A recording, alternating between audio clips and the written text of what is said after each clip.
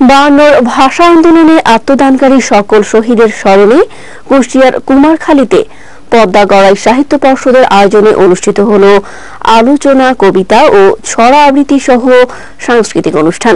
কুমারখালী পৌর শিশু পার্কে এর আয়োজনে অংশ নেন সব বয়সী মানুষ। এ সম্পর্কে কুমারখালী থেকে বিস্তারিত জানাচ্ছেন আমাদের সহকর্মী সোহেল হাবিব।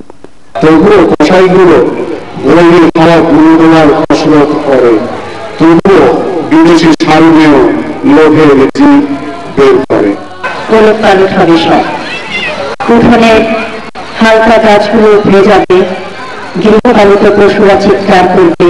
এভাবে কবিতা আবৃত্তির মধ্য দিয়ে 52 ভাষা আন্দোলনের শহীদদের স্মরণে শুরু হয় আলোচনা ও কবিতা পাঠ। কুষ্টিয়ার কুমারখালী পৌর শিশু পার্কে এই উৎসবের আয়োজন করে পদ্মা গড়াই সাহিত্য পর্ষদ। সব বয়সী মানুষের অংশগ্রহণে আলোচনা ও কবিতা পাঠ পর্বে সভাপতিত্ব করেন সংগঠনের সভাপতি কবি সৈয়দ আব্দুল সাদিক। আলোচনা করেন কুষ্টিয়া সরকারি কলেজের বাংলা বিভাগের অধ্যাপক আনসার হোসেন ও উদিসি শিল্পী গোষ্ঠীর সংগঠক ওয়াকিল মুজাহিদ। দ্বিতীয় পর্বে কবিতা পাঠ করেন কবি সৈয়দ আব্দুল সাদিক, অশোক কুমার সাহা, বাবলু জোয়ারদার, রুহুল আজম, সিদ্দিক প্রামাণিক, পরিমল কুমার ঘোষ, তুষার আহমেদ রেজা, আনোয়ারুল ইসলাম, সৈয়দা হাবিবা, মুন্সি সাইদ, আব্দুল্লাহ সাইদ, মোহিত চাঁদ গোবিন্দ। এছাড়া ছড়া পাঠ করেন শিশু আবৃত্তিকার রাজ্য চাকি, অঙ্কিতা পাল, সুমাইয়া শ্রাবণ বন্নি সহ অন্যরা।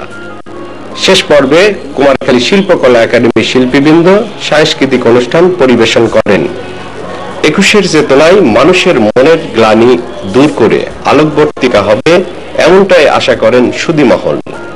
কুষ্টিয়ার কুমারখালী থেকে সোহেল হাবিব, বিজয় টিভি।